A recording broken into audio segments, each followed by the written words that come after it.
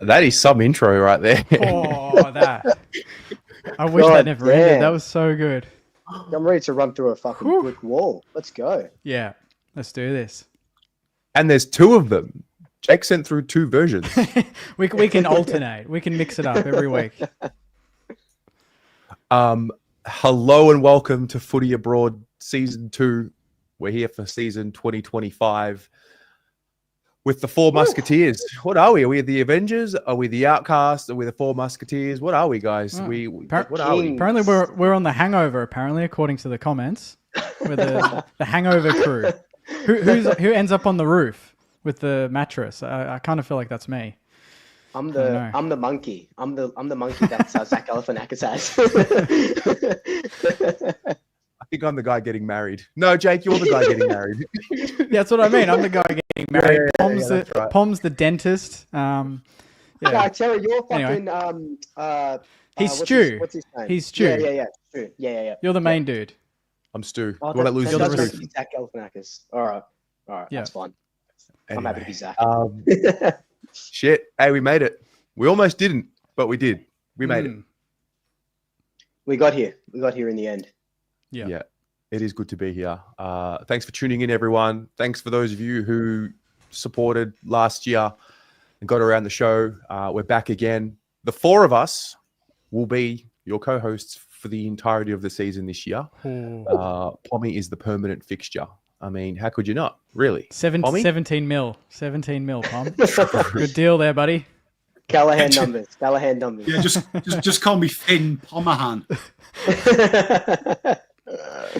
It's good. Well, it makes sense. Also, having the four of us on screen, clean like this, it just works.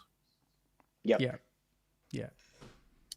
So I'd just like to say, someone in my chat has said, "Did Pom Photoshop his head?" Yeah. No, my neck is that long.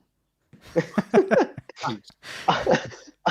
I saw someone say in chat that I've been hanging out with Abby Chatfield too much, and it made me laugh because they just singled us all out, and then it was like, "But Pom's a legend." I'm like, "Oh yeah, that's fair enough. That's fair enough." That would have been Slobber. Thank you, Slobber. Much love. I don't know if you guys see this comment in the other channel, so I'll put it up on screen. Ari from the No Context Instagram account. The No Context lads, we'll call them. Keep up the primo content. We love you all. Mate, we love you too, Ari, mate. We love you too. We do. All right. Well, basically, we're going to keep this one as efficient as possible. We'll go around one by one, talk a little bit about our pre-seasons and maybe give some insight to our audience about what goes into preparing for a season in a fan channel. And then we're going to get into our thoughts of the week, topics of the week.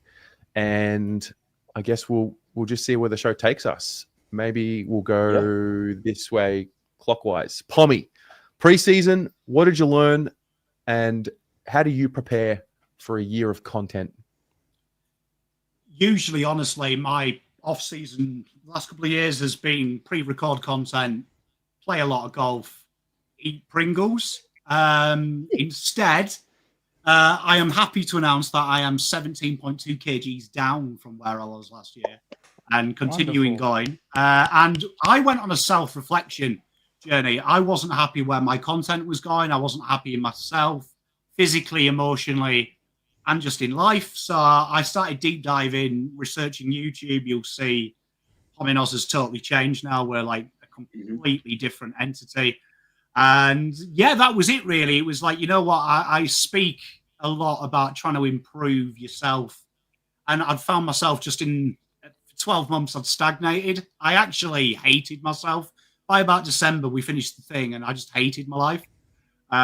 Everything about it apart from my family. So massive change just personally there. And hopefully you'll have a more happier, well-versed Pom as opposed to an angry, emotional, irrational Pom. So you'll see the best of me now.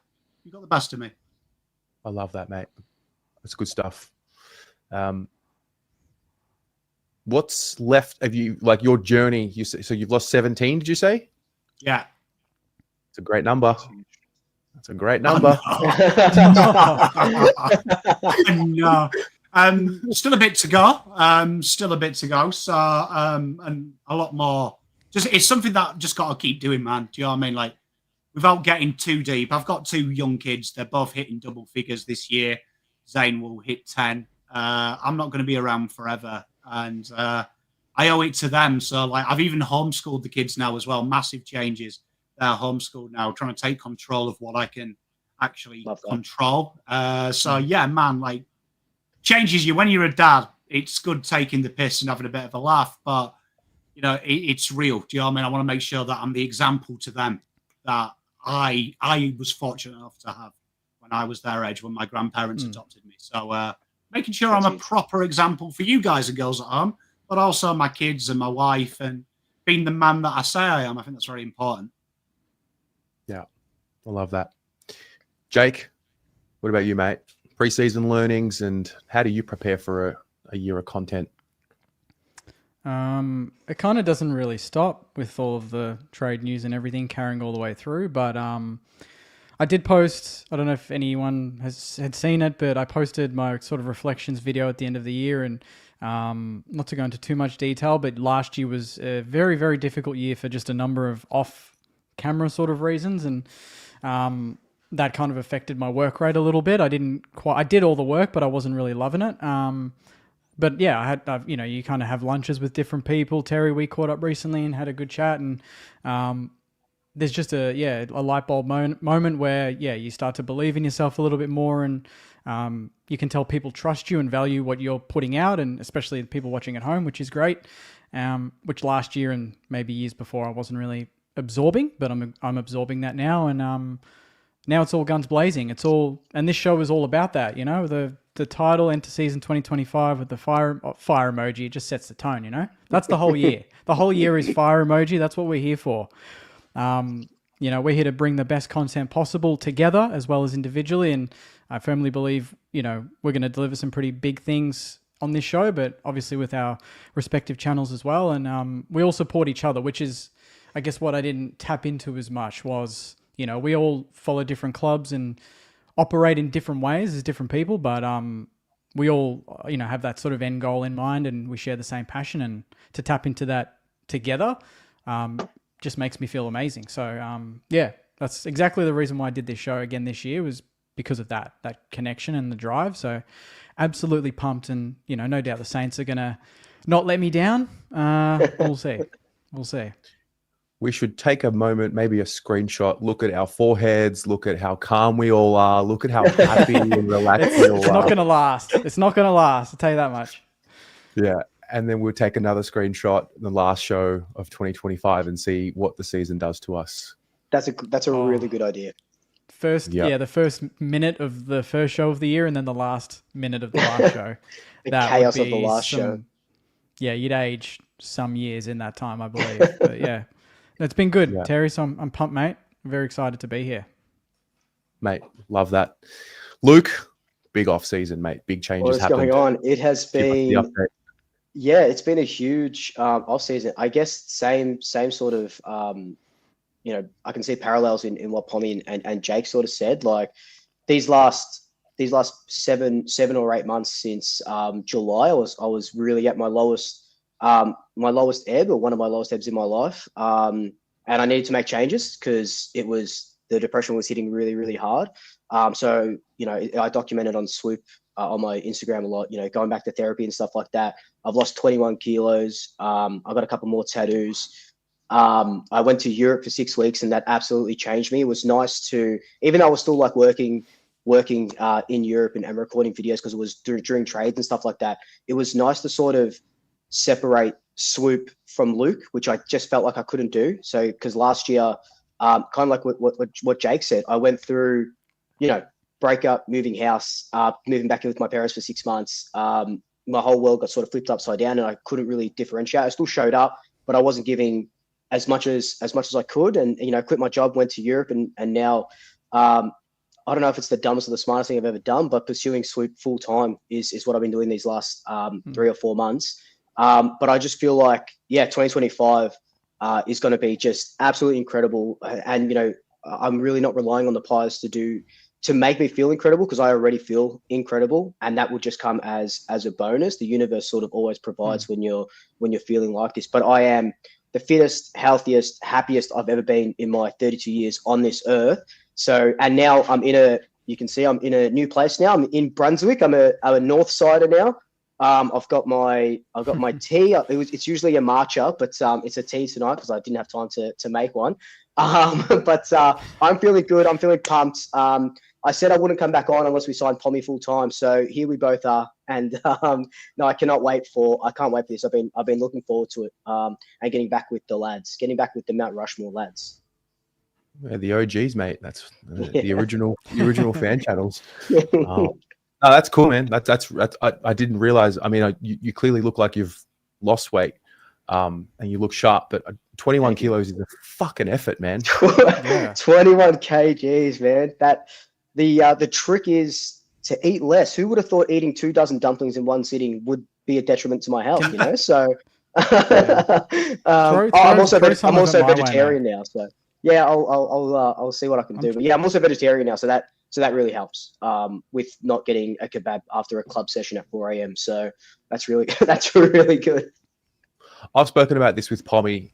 The year brings on, in the past, like emotional eating. Like I'll eat when I'm stressed or distracted. If you're in a rush, you just order Uber Eats, that kind of thing. So I can totally understand the stress of a season and what it brings on. Yeah. Cool, man. Well, yeah, congratulations 100%. on all fronts. Thank you. And what about you, mate? You jetted off to Thailand as well for a little bit. Your annual sort of trip. Yeah, that's the preseason. I did a full preseason, which was cool.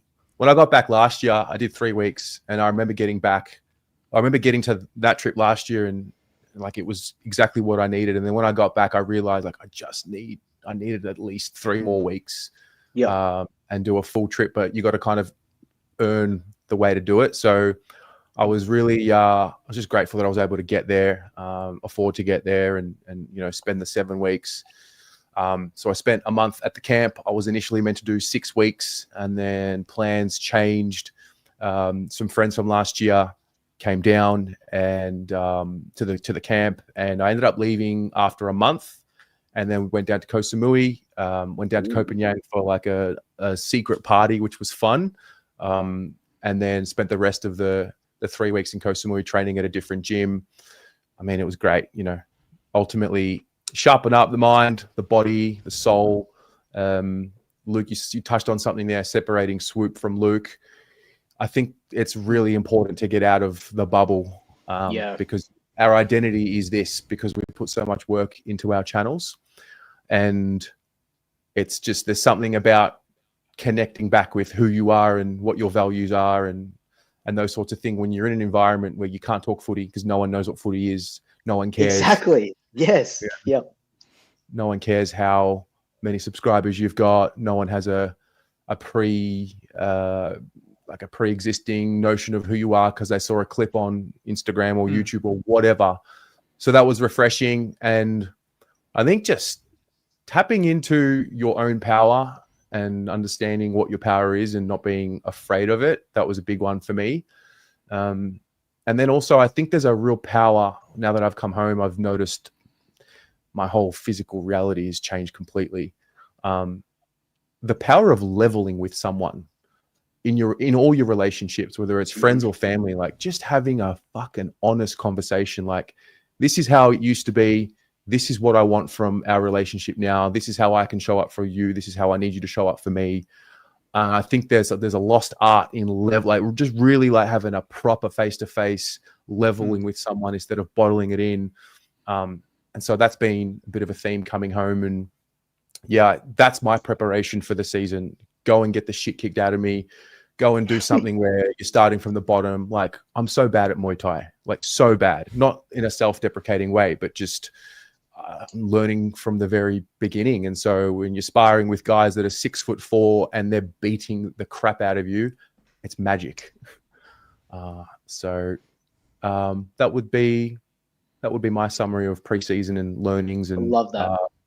And now the big thing is, don't let it just be blowout during the season, fix it in Thailand. Like, let's put things in place, whether it's meditating or like I sauna most days now. So things like that. So yeah. No, that's awesome. And what you said about being open and level with people as well is something that I found really difficult. And I've jumped back into the world of dating as well, and just even having those open conversations with people that you go on a first date with or second, whatever it may be, to say, look, it's not working, or blah blah, whatever you're sort of saying. That's scary, man. Confrontation is scary, and to come back and realize that, that's incredible. So credit to you.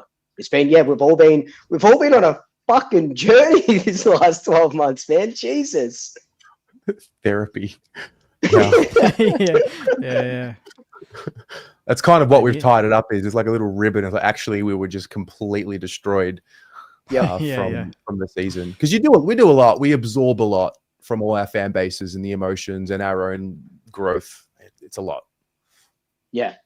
Yep. I think just to add on to what everyone said and what Terry said, these conversations are needed more from young men in the terms of, just actually opening up to each other and saying, you know what, I'm pissed off. You know what, I'm unhappy. I hate my life. Do you know what I mean? These are really healthy conversations to have, especially when you can admit that you were flawed when a lot of people think you're okay. And to add on, doing what we're doing now is very similar to probably what you guys and girls are doing at home, at work, where you spend time with people that you genuinely don't like. Do you know what I mean? Like YouTube, to level with you, you have to be nice to people. You're taught to be nice to people. And me personally, I'm not a nice guy. My circle is incredibly small. It's my wife, my kids, 6 or 7 people that I level with, who I really trust and know they have it for me. This opens you up to a new world where everyone's two-faced. Everyone wants to be your friend. It's a numbers game. And you start to, for me personally, I lost myself because I found it hard to do what Terry just said, which is me. I lay people down very quickly. So you're taking the mick out of me. You're abusing my kindness. You either step up or I can lose you tomorrow. And that's something me and my wife argue about a lot. I have the ability to cut anyone out of my life, blood or not blood, tomorrow and not lose sleep. And I'd lost that, and I started to take on other people's energy that didn't care about me. So those people watching at home, find your people, find the people that you love. And you know what? You don't have to open the door for people to be a nice person.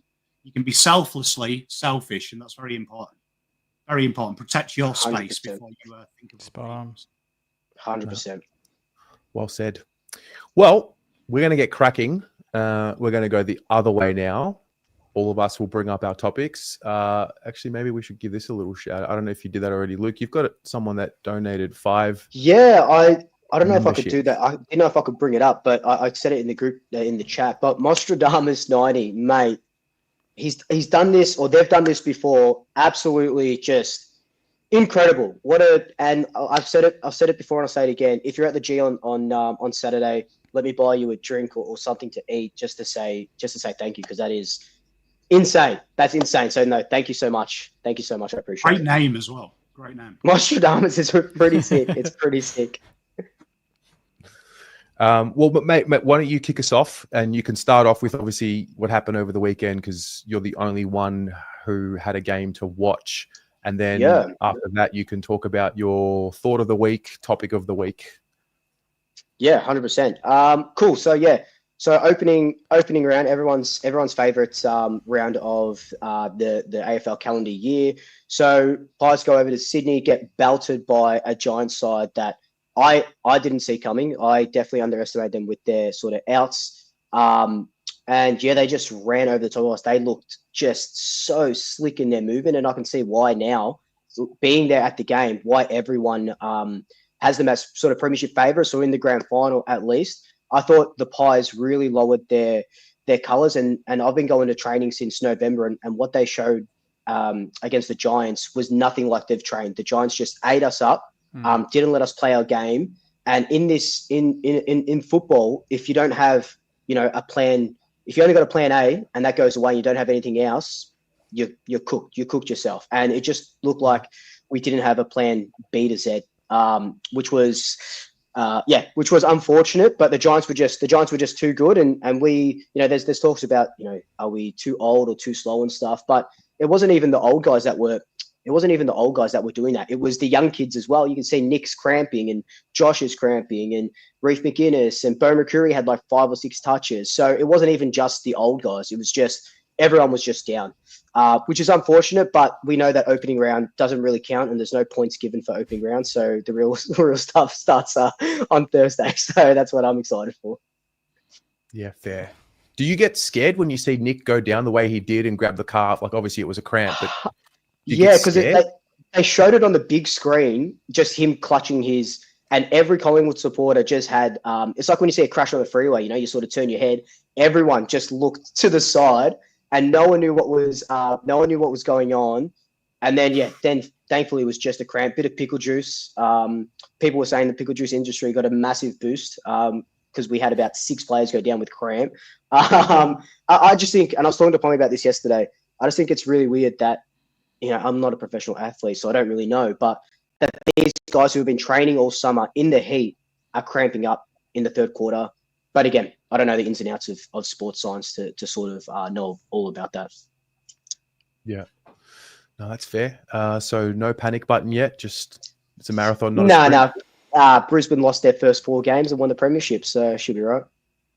Yeah, that's true. That's and even Hawthorn went 0-5 and they got to a final. So yeah. So now should be if panic buttons if Port come out and spank us, but that's to be seen. So cool. So we'll jump into the first topic of 2025.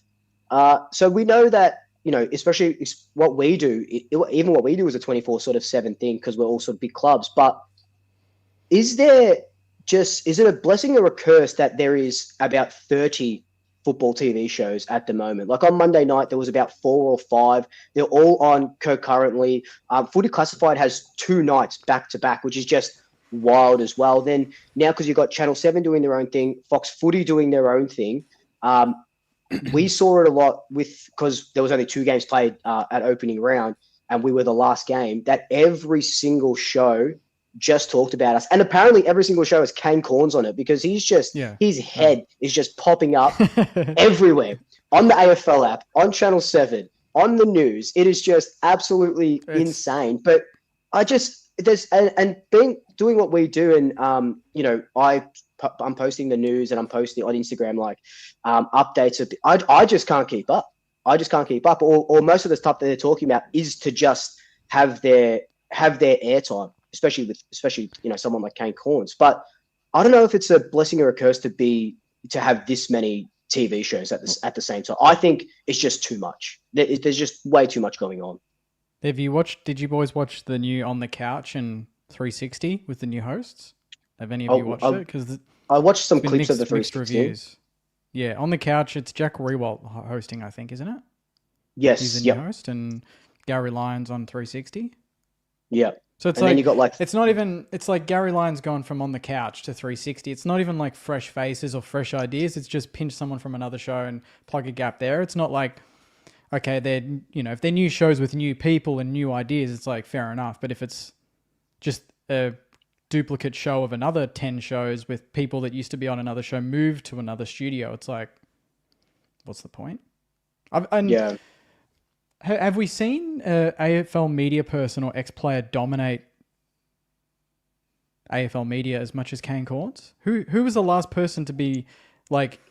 literally, I put on Channel 7 and they're talking about his top 50 players he's listed. And then I put on my Facebook feed and it's Volcano with AFL.com.au. So they've clearly bought did they have to buy the rights to Volcano? Because the Sunday Footy Show had it? Like, it was their idea. Yeah. It was concepted Yeah, there. exactly. So that came with Kane. So yeah, who was the last person to be this prominent in this space? Eddie Maguire? But Eddie Maguire was just the Thursday Night Footy show, wasn't it? And then commentary, Triple M, and that was it. But they recycled everything that he said. Like, if he that's true as well. Yeah. He's reasonable. I actually rate on every show. His podcast with Jimmy Bartell is actually really good listening. Like, if you haven't listened to it, it reminds me of the Gary Neville podcast a little bit, where it's just after a game, he's just chilling in the stands and he just talks just sense. coming from a guy of great experience. We need more of that, more stuff like that, and less studio budget. Let's look at the graphics up on this big screen type stuff. Just sit down and talk. We don't really have enough of that. Yeah, I think T Mello, good shout. I think Dan Gorringe is probably on the way to having a really successful, True. probably more Yep. digital media at the moment. Who knows if he transitions into Channel 7 Fox Footy, although, Yeah. I mean, I'm sure Danny's smart enough to know what he's doing, but if I'm Dan, I'm just going on my own, like doing it my own way. Like he doesn't need anyone. No, That's he's a doing good it call, well as actually. well. He's in that Hamish and Andy realm where it's very funny. They start with radio, get very big there, and then they're doing Hamish and Andy Europe tours and whatnot, and they're selling, everyone's tuning in on a Thursday night to watch them just be silly and have fun. I'm surprised he hasn't got his own, or at least maybe that would be in the works at some point. He'd have a Dan Gorringe actual show that people would want to watch on a weeknight or something. Yeah, Something and something like the that. Seriousness. Yeah, 100%. And something like that is probably what we need in the football world. Like you got to look at the Champions League coverage with like Michael Richards and Thierry Henry and stuff like that. Like that's fun to watch. All here, these are just guys and girls in suits, just talking about the same thing on one show, then talking about the same thing on another show. Then there's dead air, so they're pulling clips from this show, and it's just all melding together. There's no originality. That's what I'm sort of thinking. Yeah, we don't have like the front bar there's the front bar which kind of is loose. Yeah. And then what's the one late on Sunday nights on Fox Footy? What's that called? Not the first crack. The one with Jim Dunstall. What's that called? After Bounce? the bounce or the bounce.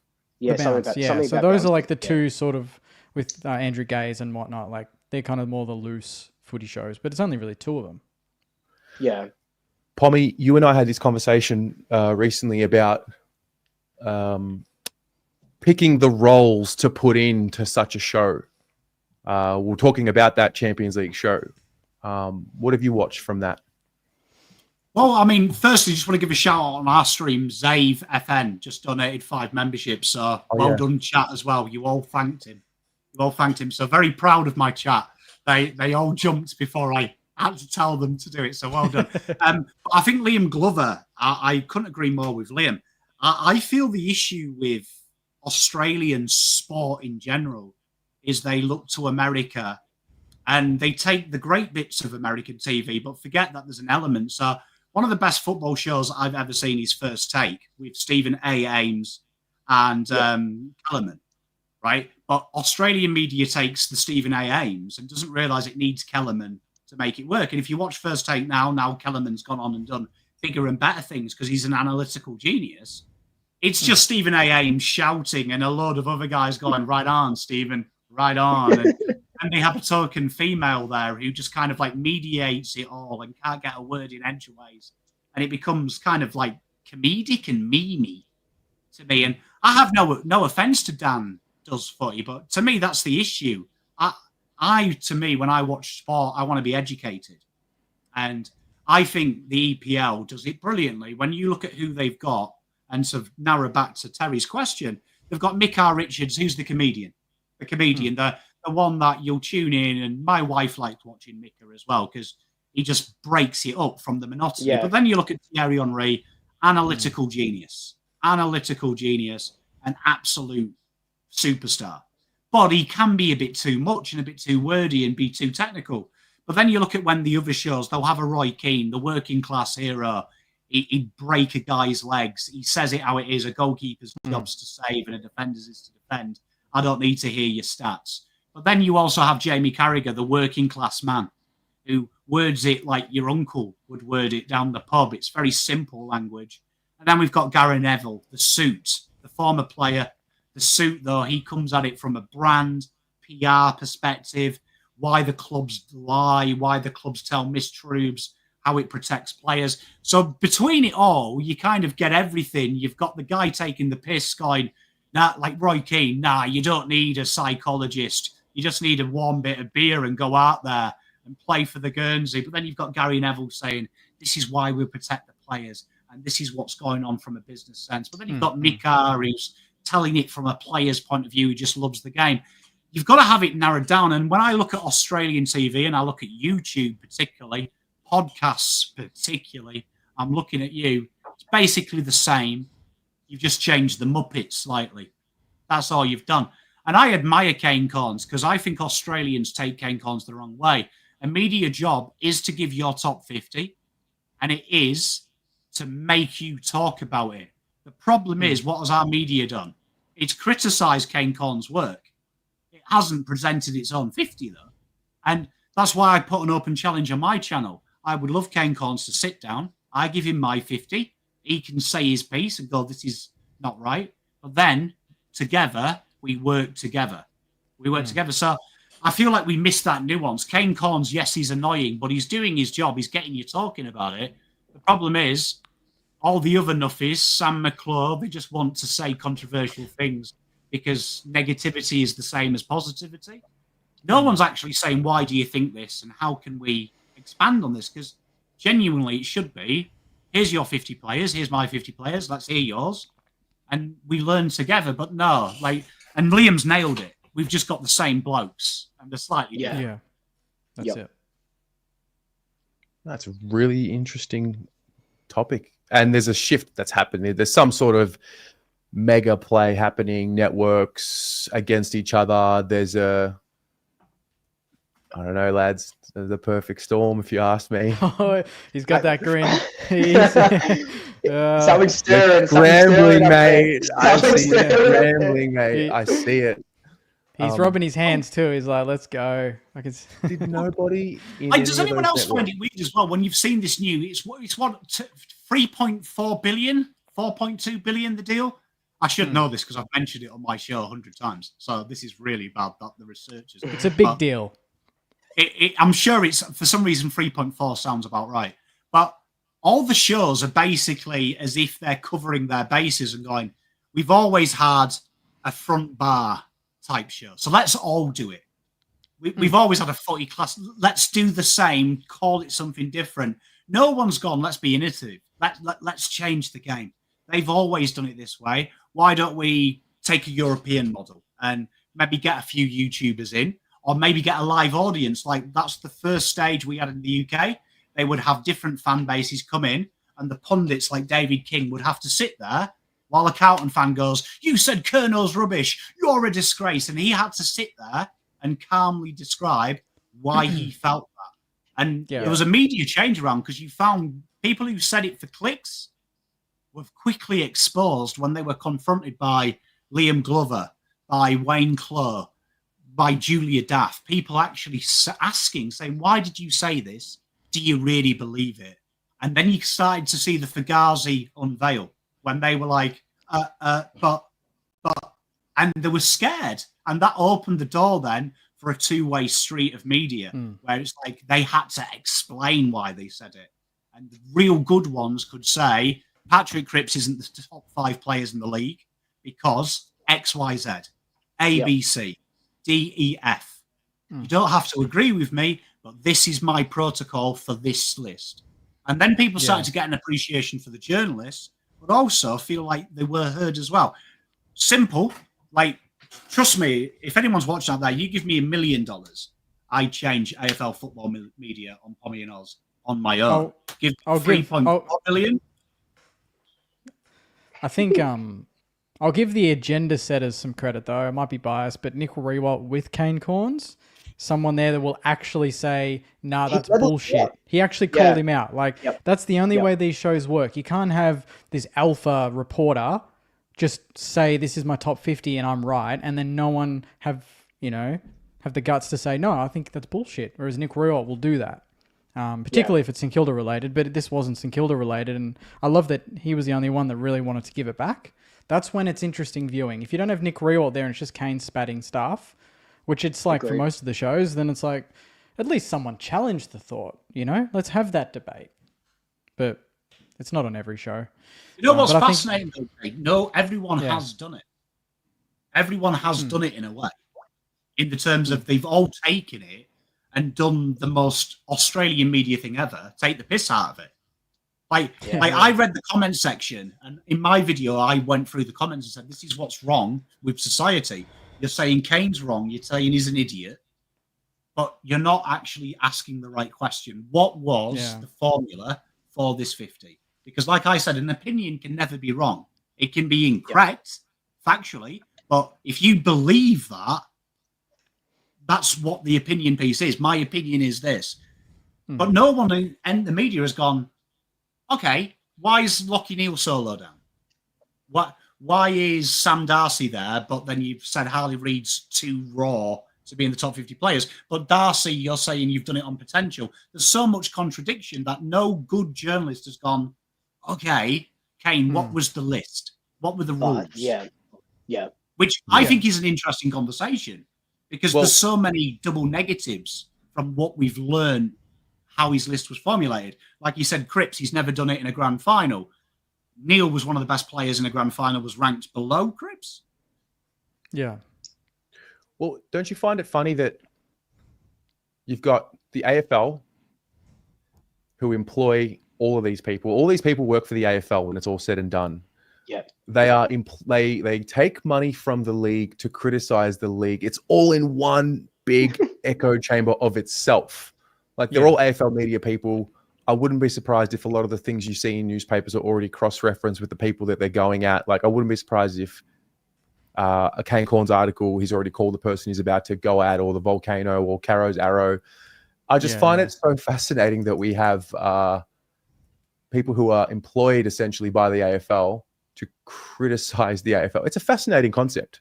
But now you have this outside external distribution platform, which I guess is us, to have these conversations. That was my next point. Yeah, that's where we come in.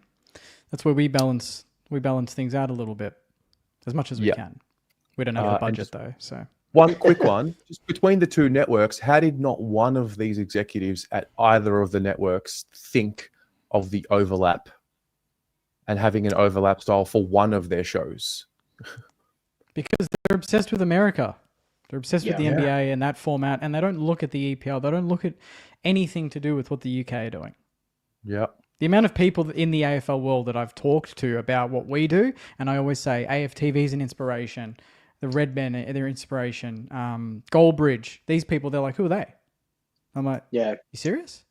Yeah. Like, how are you in AFL marketing and don't know these people? They are the trendsetters. They are the trendsetters, not us. There's nothing that the AFL media does that is we could deem as trend setting. No hoping. It's rehashing. It's rehashing. That's it. I think Yeeta Skeeter nails it. And coming from the industry of golf, I've seen it firsthand. I've seen golf when I became pro and was coaching in the UK. It had like a 10% junior record. It was quite low, but now it's like at 4%. Like we're with lawn bowls for junior retention from the age of 11 to secondary school playing it. And it's starting to rise again with the advent of Live Golf, with the advent of the indoor league. But they were very stuck in their traditional ways of, we don't use YouTube, we don't use social media. People still want to read the paper. They still want to listen on the radio. People don't want the red button. They just want to watch us watch one player. They don't want it because it was tradition. I think Yeatus nails it. I think the AFL is stuck. This is what we've always done. Yeah. And why should we change? And you hear it. Tom Elliott is the worst one for this because he praises AFL football like Europe and America are snobs to watch it. The reason that Americans and Europeans don't watch it is that they want to be consumed by the event. They want to learn everything about it. As a football player in the UK, I loved your game because I wanted to learn about it. And then I had a hunger to do my own research. But everyone's too lazy to do that. Like the average European ain't going to go, all right, let's see if I can find some raw data to understand what the hell this guy's on about. Watch UK TV, though. You watch the overlap once, you understand everything. If you've never watched the game, they are taking you through as if you're 2 years old. Like, but it doesn't offend you because they're not patronizing you. They explain the raw fundamentals of what's going on at all times. And I find it worrying because eventually, when NFL comes, this is what happened to the EPL. They got very worried that the NBA sold out, the NFL sold out. There was such a demand that America London tried to buy the Jacksonville Jaguars because it became huge. That will happen here. NFL will look at this and go, let's do it. Yeah, just for the sake of being efficient. No, that's okay. Just for the sake of being efficient, let's move along because there's going to be great conversations coming on all topics. That was good. Thanks, Luke. Jake. This is kind of connected to what we just talked about in the sense that I feel like if there was, in a world where every team played this round, I feel like we wouldn't be focused on the media because the media would have that much to talk about, that many highlights, that many players, that many mistakes, clangers, whatever, goals to talk about, that we wouldn't be nitpicking on, all the shows said the same shit. Of course they did because there were 2 bloody games. Can we have all the games? This has to be to me, this has to end this opening round nonsense. Round 1 is round 1. Every team play, get it done. It's worked for 100 years. Why have we just suddenly changed that? I want to know the facts from last year. The fact that they say it's successful, I want to see the numbers. I want to see why was it successful. What is success to them? A couple of 2% sign-ups in those areas, in the northern states, more memberships? I don't know. We don't really know. They can't say it's a success this year, surely, with 2 games and a public holiday yesterday with no football. Matthew Lloyd nailed it against McClure. McClure said it was a success. Lloyd's like, you have a game at the MCG, you're getting 80,000 yesterday. You can still promote other states and not starve other states. We all work together. We are a national competition. It doesn't make any sense. I agree that give them a Thursday, Friday night, Saturday night slot in those areas. I think that's a great way to do it, but also still have the rest of the round running. We're all just sitting here waiting. I found it weird posting a reel last week saying footy's back, and I'm like, actually, we don't play for another 10 days. It just felt weird. Surely we're all not as excited about this week. I don't know. Your team played, Swoop, so it's different for us here to talk about it. But what was your... were you pumped for it? Was it weird that you couldn't compare the Pies' performance to the rest of the comp because it's such a small pool?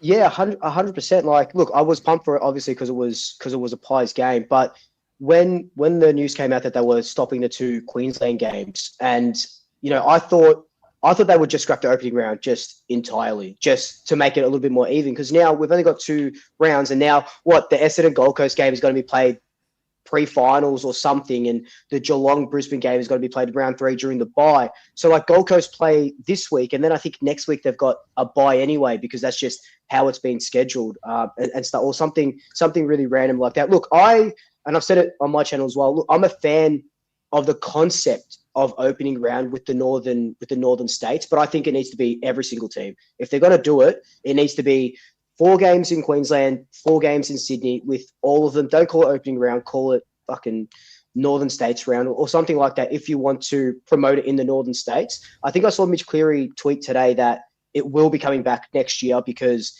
there was the viewing numbers were great, which is obviously because people just want football. Yeah.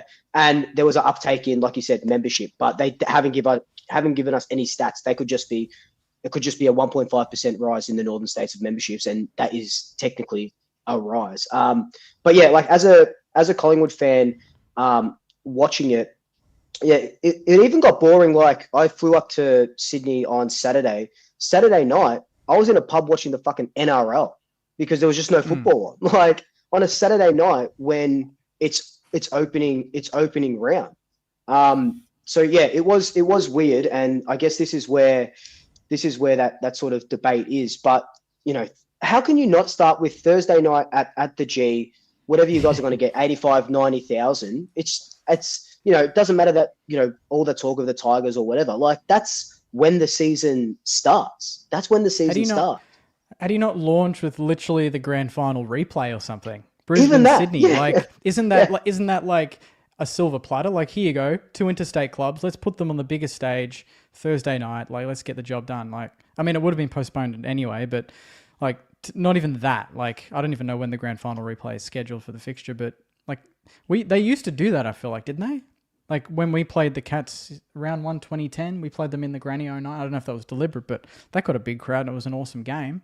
People got pumped up for it, I like a grand final rematch at the start of the season. I reckon that's such a good idea. And then you play it at the home ground of whoever won, if they're they unfurl the flag, sort of like literally unfurl the flag in front of that team, like rub it in even more.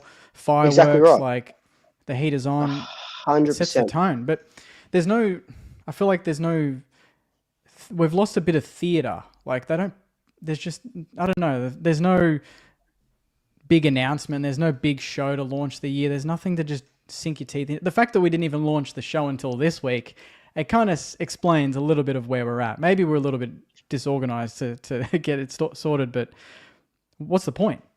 There was no point last week. Yeah. Well, I mean, the cyclone is the cyclone, so no one can predict that. That's I think that has to be brought into account. I don't mind opening round. Obviously, it sucks the way it played out this year because there were 2 games, but I don't mind the idea of giving back to the states that don't have the MCG. And, there's always that conversation around the Victorian bias and things like that. I actually love the idea of giving WA 2 games, Queensland and New South Wales, maybe Northern Territory, Tasmania, whatever, and leave gather around to Adelaide. I don't mind it, but I do agree, just have every team playing. It doesn't matter where. It's more just get every team in. Just play every team. We don't care where it is. We'll fly there. We all will. So just put the games on. For us, we live in Victoria, so naturally we just don't have the same buzz for opening round because the lights in the MCG are not on. It doesn't really feel right, Yeah. So. I mean, if they do a lot of polls anyway, Terry, so it's not just a Melbourne bias. Like Australia-wide, people just don't enjoy it as much. Like it's just they did a poll. It was 96% didn't want it coming back next year. Like, of course, they're not going to listen to the people that pay the memberships, though. Just let it ride. But play every game, get every team in. Can I ask a question? Like, who wanted? Because do you remember back in the day when we had the JLT preseason series and they played them all in the middle of nowhere. Do you know what I mean? Bendigo had a game. Werribee had a game. Do you know what I mean? Yeah. Umbury had a game. Do you know what I mean? They toured and played more catchment areas. Do you know what I mean? And tried to bring it round. Why can't we simply fix this? If we want to showcase it, Thursday night is whatever the game is. Why can't Friday night be a game in South Australia? Friday night footy is, in my opinion, the biggest event. It's the event that everyone starts their week. Why can't that just be interstate? And they say that's not going to be at the G this year. It's going to be on a rotation basis. You know what I mean? South Australia one year, Tasmania, when they come in, they open the season. Whatever game on Thursday, if it's Carlton, Richmond, Carlton, Collingwood, whatever the game is, or the grand final replay. But I don't understand, the grand final replay. I don't understand, who are we trying to be?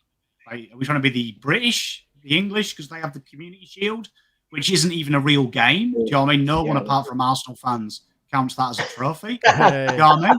No one cares about it. So for me, I don't get why you have round 0 because it warps the ladder for a start for the first 12 rounds. Even longer now because some teams are going to be 1 game less till round 23, right? Who wanted it? Because I used to like the old games where it was the JLT and the Marsh series where we'd see them play little small community grounds. That was really good. There was no worry about injuries, was there? Because they played 2 in front of no one talks about this, but they played 2 in front of the TV that year in 2018, 2019. And then 1 game was a pretend game over 6 quarters as a practice game that the fans could attend if they wanted. It was a training. I remember me and Terry going to the Collingwood one, 6 quarters. Do you remember it? But then we played 2 additional games, right? Which were on TV. No one complained about injuries then. Where did it come from? Because, no offence, it's already a national game. So why do we need round 0? Why can't you just make Friday night an interstate game? Was it linked to the NRL going to Vegas? It was, going to Vegas. That's the link. So it was they're out of Queensland and New South Wales, so we should try and get in there. Yeah, but then they got their timings. But then they got their timings wrong anyway, because by the time we played it, they were back home. So that's why it didn't make sense last year, and they didn't do it again this year. I think they did it a little bit earlier. So again, doesn't make sense. They were trying. Yeah, they were. What about this? just a random solution. Call Damien crazy. 9 games, call it round 1. Wow, Holy- that's groundbreaking. Wow. Someone That's get Andrew Dillon on the phone. That's what it should be, man. Like Jake said, it's works for the last 100 fucking 200 years. Just keep it like that. Absolutely. yeah. We were still gaining on NRL though in 2019, so they were still gaining catchment in Queensland, which is where they want to break. And you look at NRL, go and speak to the average. They hate Vegas. They hate it. They're like, why are we taking our great game to them clowns? So it's actually jeopardizing NRL because the NRL fans don't like it. So keeping it normal would have been sensible. Well, I mean, at the end of the day, going to the US to find eyeballs and potential sponsors is the name of the game. You know, that's what I think they're bringing. That would be the reason why. And I guess what you were saying earlier about they were talking about the viewership numbers being higher than they've ever been. Well, I mean, eyeballs are becoming more and more valuable than they've ever been because they sell sponsors. So, yeah. We had to talk about opening round tonight, didn't we? But of course, more people are going to tune in because Saints aren't playing, so I'm just going to watch the 2 games that are on. Like, it's just common sense. It's not like there was more demand. Mate, we're the pawns in the game. We're the pawns in the game because, like you said, you're going to not watch? You know what I mean? Yeah, that's the thing that gets me.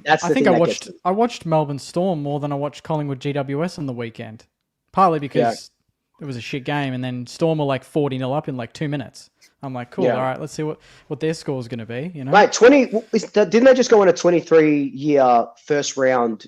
Like they haven't lost a game in the first round for like 23 years or something. The Storm. Something stupid. Yeah. Amy Park looked pretty full too. You know, Sport in Melbourne. It was pretty biggest full, biggest crowd that they've ever had there. So we kind of helped the NRL there a little bit. Like, hey, here's a free hit in Melbourne in the city. You know, go for it. You know, the bit that makes me laugh is Andrew Dillon said the viewing figures were high. Does he not take into account a cost of living crisis, rising expenses, and no one can afford 2,500 unless you're ripped like Swoop to go over to watch your team? So, of course, people were sat at home miserable. The only thing that probably keeps them going as a family is the watching the footy together. Yeah, well done, Andrew. Great maths. Price people out of living and then move their one game that they enjoy interstate. Yeah, brilliant. Yeah. The same people said, "Oh, our viewership's up during COVID." They're like, "Wow, I can't believe more people are watching." Wow, it's working. Our marketing's working, guys. Our marketing's working. Lock them up. Anyway, I think Let's go on. Let's move to Pommy. Pommy, what have you got on your mind this week? Well, mine was actually. This has been really good, and it hasn't been pre-arranged chat. I promise you. But mine was actually. Who do you think, a twofold question, right? Who are your top 5 players in the AFL, right? In the AFL, because I think it's a great question to have with people because there's no right and wrong answers. But who do you think, when you've looked at the guys that they've named in all their top 5, they released it today on SEN, every pundit, there was 2 names that were really massively down. One was Patrick Cripps, and one, which surprises me, is Lachie Neale, who seems to be grossly underrated. So, twofold question. Who do you think is the most underrated AFL footballer in the competition? Who is A grade in your opinion? So don't give me Hugo Garcia, Jake. I'm trying to take that away. No, I won't give you. I won't give you Kel Wilkie or Ron Marshall. No, but I think that would be fair. And then the second part of that question is, who do you think is the most overrated? Because I will throw mine out there. I think one of the most grossly underrated players is Lachie Neale. I think he gets zero respect. The guy did it. Every argument you make, Cripps did it for rubbish teams, did it for great teams. I hear it about Bont as well. So did Lachie Neale. Lachie Neale did it when Brisbane have lost. He's always their best player. When they win, he is. He did it for Fremantle as well. I think he's a great player. He's done it in grand finals, every argument. And I also think Bontempelli is very overrated, and I feel people have him in their top 3 because it's just become media narrative that Bontempelli is better than Cripps, Bontempelli is better than Dacos, Bontempelli this, Bontempelli that. I think if you actually break it down, I think Bontempelli's in the top 5. I don't think, though, it's as clear a cut as the media make it. He is the best player on the planet. Well, it's not as bad to take as, I can't remember who said it, but they said that James Sicily is going to be the greatest utility the AFL's ever seen. Who said that on the weekend? I can't remember, but that's legit. Kane. Who was it? No, it wasn't Kane. Saying it was... Actually, I know where it's from, but I can't say. I'll get in trouble. Moving on. Underrated. Who's underrated? The fact that you reminded me about Lachie Neale, I think you're right. He is the most underrated superstar because I wasn't thinking of him, and then when you mentioned his name, I thought, yeah, like that's a 2-time Brownlow medalist. Like he's elite. I will 100%. say I asked 2 current players in the AFL, and all of them left Lachie Neale, and I reminded them, and they went, "Oh shit, move him 5th." Oh, it's just a style of play, though. Like I think it's very much a style of play. Like everyone loves the explosive speed of Chad Warner. It just stands out. It grabs your attention. Same with Nick Dacos. Whereas, like you talk about Cripper and Neale, they're the in and under. They're not the sexy on the eye type players. The way they go about it, they're just so bloody consistent. They do it every single week. You don't even have to ask. You know what you're getting. You're getting 30 a tackle and a goal from Cripper, and you're getting 40 from Neale, 39 handballs, 1 brilliant kick, and he sets up the team with 5 score assists. Like it's just they're underrated, but they're under the radar types. It's the AFL gets sucked into. Bond, he's explosive, kicks long goals from 60. That's a highlight reel. How many highlight reel things do you see Neale doing? You don't. Like if you got a whole game and cut down highlights, they'd all be the same. It'd be just beautiful clearance, handball off to McCluggage or something. It wouldn't be, oh my God, that was amazing. But I think that's a testament to how good these players are, is that it looks easy. They make that stuff look easy. And that's almost to their detriment. They make it look so natural and like anyone could do it, but really, you couldn't do that for 5 years straight like they've done. Whereas Warner I think that is break the lines and that's it. There's a highlight. I think it was reflected in the Brownlow count last year as well, where the year before when Lachie Neale did win, they were like, oh, he's getting Brownlow votes undeservingly. He didn't have a good game, blah, blah, blah. And then last year, they overcorrected it so much that in games that he was dominating and he was that player that we know he can be, he wasn't getting those votes. So I think that's a good. I think that to me that's a good reflection of just how underrated he even goes, and the Brownlow County. But like he's just Neale is one of those players. But do you think there's been a lot of talk, and I think Caroline Wilson said it as well. That Jeremy Cameron, and on the same sort of vein, can win the Brownlow. It's not going to. Was it win the Brownlow or was it just top 5? It was something about Jeremy Cameron's been in a lot of people's top 5s as one of the best players in the league. Would you like Pommy? This was your question. Would you concur to that? I think he's up there. I always think it's a bit like when you name the best player in football, it's a forward in soccer. I think it has to be a midfielder in AFL. I think it has to be, it's always like a cam or a striker in the best players in the world. I think it's got to be a midfielder because I think the midfielder is the conduit. But I think Jeremy Cameron, without a shadow of a doubt, is the best key forward. No one plays like him. He moves to the wing. He can go down back. I don't think anyone can hold a torch to his versatility. Yeah. Yeah, he's the ultimate utility. Overrated. I actually think, you know what? I'll ask Luke and Jake this question. The Coleman medal race. Yeah. Okay. Can you name me your top 6 or 7 if you were putting together some sort of a guessing game? Your top 6 or 7 forwards who's going to win the Coleman medal? Who would they be? In no particular order. No particular order. Okay, that's pretty. I'd have to start with, would it be, in no order, would it be Curnow, Cameron, Hogan would be the top 3. Okay. Or, those are up there. Tim Membry is going to kick about 70, 80 goals this season. So Yeah, he started well, didn't he? That's when he plays Carlton, mate. It'll be those three up front. But like even like I'd almost put in some sort of like as a top five, like a small forward, like maybe it is like a Charlie Cameron sort of again that's kicking 60 goals or something insane like that. What probably won't happen. Danaher. They've lost Danaher, so they might rely on him a little bit more. Like when we lost, Rui went down for a little bit. It was very much Stephen Milne, and he kicked like 65, 70 goals in 1 year when Rui played half the year because he was the number one forward. So just depends on where they're at. But I still think Nick Larkey would be close to it. Yeah. Definitely in the top 7, Nick Larkey with North's improvement and better midfield delivery, I think, and the support of Jack Darling. I think that'll help. Fully fit Max King would be nice, but I'd almost say I wouldn't put Max King in there. I don't think I'd put Ben King. Oh, actually. There's someone that's on the tip of my tongue that I'm missing. I would put Mackay and Kerner would be in there. There he is. Hey, Yeah. that was why I asked. That was why I asked. I would. Well, in the 7, if you said top 5, maybe not, but it's 7, I would put him in. He'd probably be 7 or 6 for me. Hogan is number 1 for me. I think when you said like who's the best player in the league, I almost think Jesse Hogan is right up there for me. He's top 3.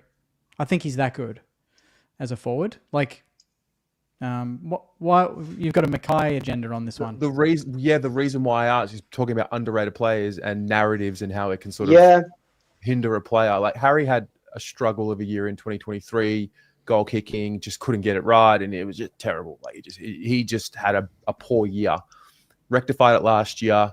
The role that he plays, a little bit more up the ground, lots of contested marks, kicked, I think it was 49 goals, missed a few games as well. And I saw a poll post on Instagram about who's going to win the Coleman. It was all of the guys that you mentioned. Waterman was in there. I think it might have been one more in there. And like Harry wasn't in 7. I thought, hang on a minute, this is a Coleman medalist. We now know Charlie Curnow's likely to play in round 2 based on the Carlton injury report. But about a month ago, we didn't know. We thought, okay, well, Charlie could be missing a good chunk of the year, whatever. And I just found Harry Mackay to be a little underrated there. Yeah, that's funny that you should say that. Like when Pom mentioned Lachie Neale, you're like, oh, Lachie Neale. I forgot that Harry Mackay was a Coleman medalist until you just mentioned it. Yeah. Yeah. Yeah. Curnow and Mackay were the first 2 that came to my head, to be honest. Kind of always package them together, and then who else is there? Who would be the small? What about that guy from that forward from Fremantle? His name eludes me. Tracy. Yeah. He was there. Yeah. He was there? Really? Okay. He was on that list. Yeah. All of these guys were on the list and Harry wasn't. And I just thought that was a bit underrated. I think, I wonder, Curnow was still on that list, right? Yeah. Obviously. Yeah. So I feel like some people just will pick one of them and they won't pick both. Just even though they might, like for me, I'll just pick both because I think, they're both going to kick a lot of goals. But I think some people want that free spot for maybe a surprise packet in their list. Like there's always one that Waterman was last year, so now people think for the next 5 years he's going to be kicking 60 plus. It wouldn't surprise me if he drops off and kicks 30 less. You know what I mean? Like, he could be a one-season wonder, but who knows? Like, that's the beauty of football. We don't know. Yep. Okay. My topic. I have a topic and a question. I'm being greedy.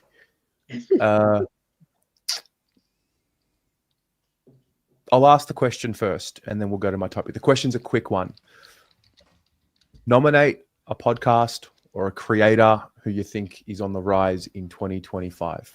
And that's not us, obviously. Like we love each other, and someone that's like new, not very, on the rise. That you've come across. I'll go on straight up, and they're in the chat. Wooden Spoon Data are doing such incredible fucking work. Like I had a chat with him for a Collingwood listing, and there was so many numbers, so many graphs, so many Excel formulas that it was overwhelming for me. So I could not imagine doing that for 18 teams. And the team are doing just such incredible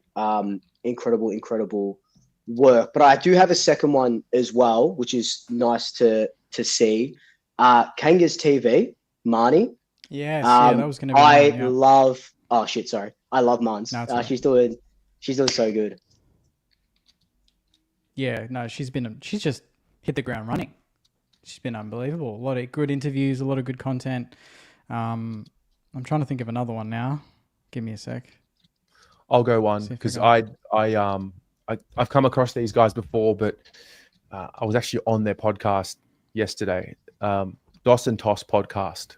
Oh, yeah, yeah. It was like the whole experience, the outreach, sending the agenda, the way they've set it up in their home, how quickly they got the workout with editing done, the reels, the detail, the conversation was just so respectful and mature, a bit of fun. And I looked and I'm like, wow, like it's one of the first times in a long time that I've just been like blown away. These guys are early 20s studying. So in terms of a podcast like Dos and Toss, huge ups, huge ups. I was very, very impressed. And I kind of wanted to, talk about creators and who are, there's a lot that are already known in people's vision. And so I just think they've got all the tools. Yeah. I don't think I've seen them. I follow them. Yeah, they're really highly good. recommend. Highly recommend. Just the way they operate. Just had their page up there. Yep. I'm going to go for just a small Saints channel, to be honest. Alan runs it. I think he does a great job, to be honest. I haven't met the guy, but I think he does a good job. Saints Nation, for all the Saints out there. I think get around all the little channels that are growing and starting their own thing. And he's very analytical, does a lot of good work and goes into a little bit more nerdy detail than maybe I do. I get a bit emotional on the stream, but he kind of gets into the nitty gritty a little bit more like Pom, and I respect that. So get around him. Mm-hmm. Pommy? Give me a plug, Pom. Can I get a plug? No. What? Give me a plug. Come on. I mean, obviously, I can't say the people in my purview, can I? But I can say this industry is incredibly hard, and 90% of people aren't what they seem. But the person that has never made me feel like I'm English or like I'm chasing or like I'm a competition has always treated me as a friend and has always been willing to put his arm around me and prep me up. Daz talks footy without a shadow of a doubt. Grossly underrated. Absolute zero ego in him. He's willing to share information with himself, with you. We'll collab. We'll say that he's not going to. He always gives you permission. If he takes an idea, it's one of the first people to say, look, I've done this video. I watched your video, Pommy. I've rebranded it a bit, but I've given you a plug. And not many people do. In fact, I'll be honest, zero people do that, especially if you're me. So shout out Daz Tots Footy. Probably one of the few people that I would trust with the $5 and know that I'd get the $5 back. You just reminded me. I've got one more, and I feel like we all should absolutely give him a plug. But a yank on the footy. We've all probably spoken to him at once upon a time. Craig, mate, you're amazing. You do some sensational work all the way from the States.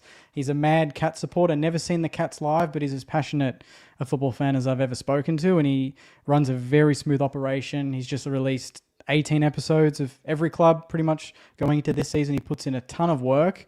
He's a teacher, but then he does this in his evenings and gets up early to have interviews with all of us fellas, and I think he deserves an absolute plug. He's doing a great job, and we should all definitely get around him. He covers all the clubs, so regardless of who you follow, get around Craig. I think he's most frequently on Twitter, so a yank on the footy. Definitely.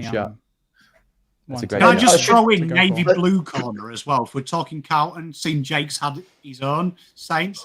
Navy Blue Corner as well. Grossly underrated. Channel. Ian and gang there, genuinely the nicest human beings you'll ever have the pleasure to meet. So 2 underrated from Pom. And Kane Corns as well. I think he's up and coming. He's doing a pretty good job. So I should mention as well. Like, it's nice to see. We sort of had a laugh before saying we were like the OGs and stuff, but it's nice to see the rise of a lot of content creators as well. Like, even for me, like Pies Footy, Black and White United, they're coming up. They're doing some good work. But it's nice to see that there's a lot now. They're starting to be like, with Kangas TV and the Sun Stand, they're starting to be a little bit more, because you want every club to have this. You want to be able to talk to someone who supports, who doesn't have one off the top of my head. I don't know, Brisbane. Oh, no, Brisbane have some, but you know what I mean. Like, you want to talk to all the ones that do have that content creating. So we've probably left about 24 channels out, but yeah, it's nice to see the rise of these content creators. It's really cool. Someone said Carlton Besties as well. They're doing, the Besties in general, they're doing really sick stuff. When I go down to training with the boys, I love seeing their little microphone on the boundary talking to them. I'm shy. I'm nervous to go up to the boys on the boundary and talk to them. I just stay away. I just admire from afar. So they're doing such a good job as well. They've brought light to a very dark industry. Yeah, that's the truth. So yeah. Now I have a topic, but it's gonna it's a can of worms. So I am mindful of everyone's time. Maybe we can leave it to next week and we just wrap it up. What do we think? Yeah, we can start off with that one. We've got games, we've got our big calls, we've got our tips to kind of go through as well. So. Yeah, there's that too. I am mindful. It is a can of worms. I might leave it for this week and bring it next week and let us breathe on it. Okay. We want to do tips?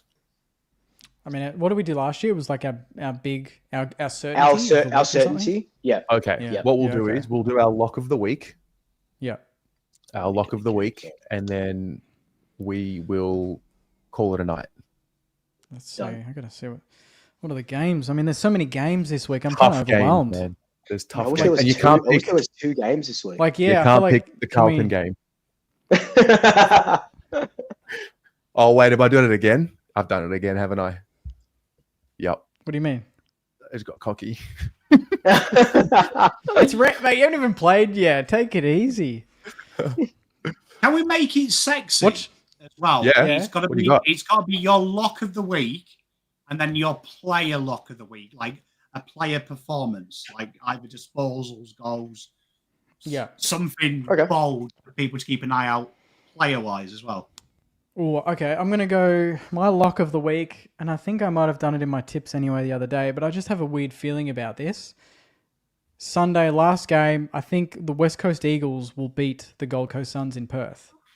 I just think it'll be a full house at Optus. I don't think we would all be surprised if West Coast just started the year with a bang and in front of their home crowd. I think they had their home form was pretty decent last year.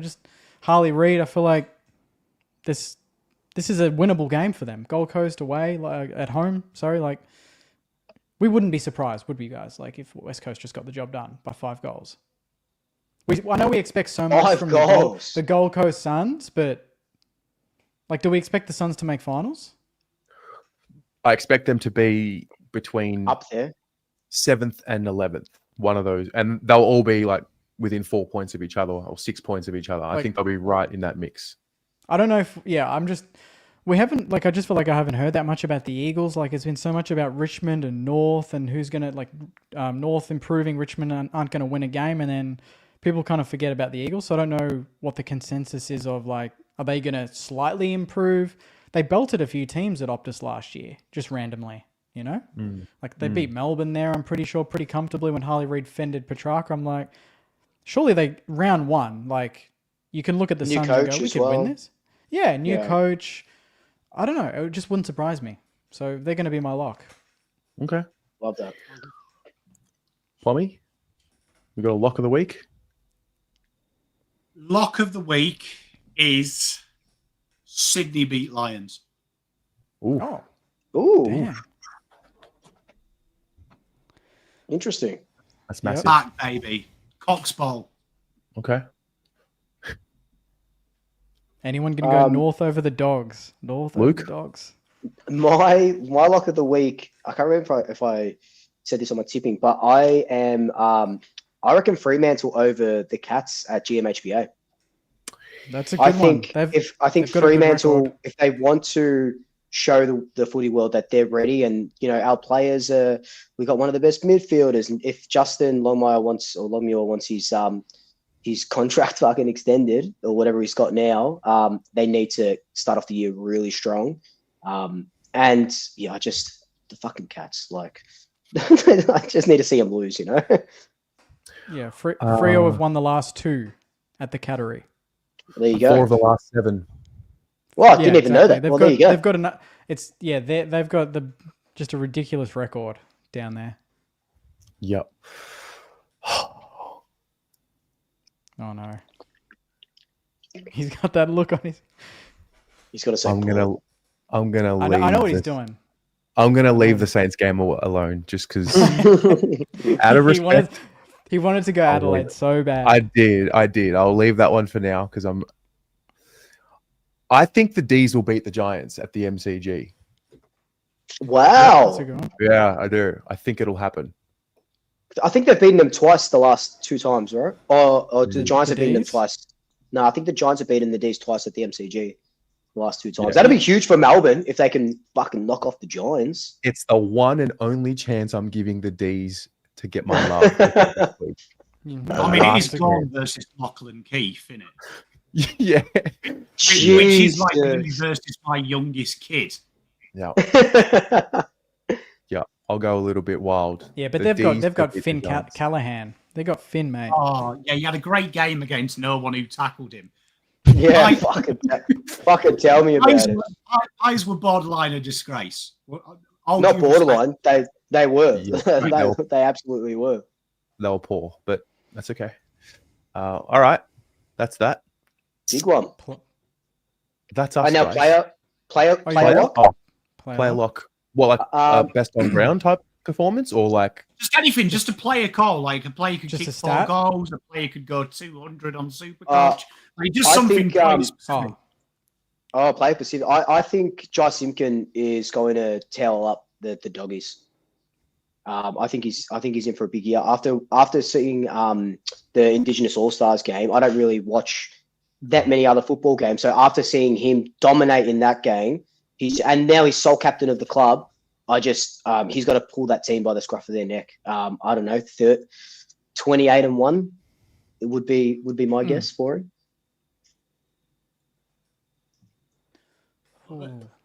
Zach Williams kicks 4 goals on Thursday night. Yeah, hey, could happen. Yeah, I mean, you could say Jacob Wiedering kicks 4, and I'd believe you against so. Fine. Hey, don't build it up, Jake. We're Carlton fans. We can do the unexpected. I wouldn't be shocked to see a 4-point win for the Blues, to be honest.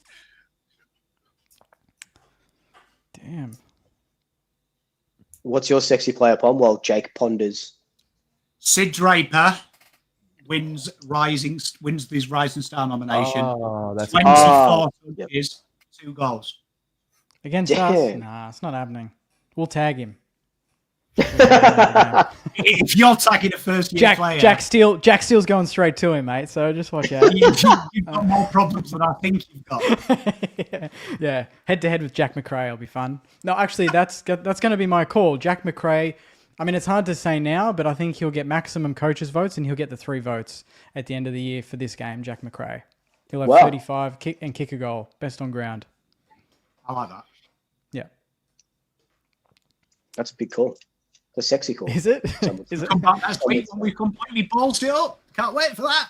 Yeah, can't wait. Yeah. Can't wait to I hear hope- the promo. Nah, Eagles are getting it done. All right. Lads, great to be back. Oh, Good it's stuff. so much fun. So much fun.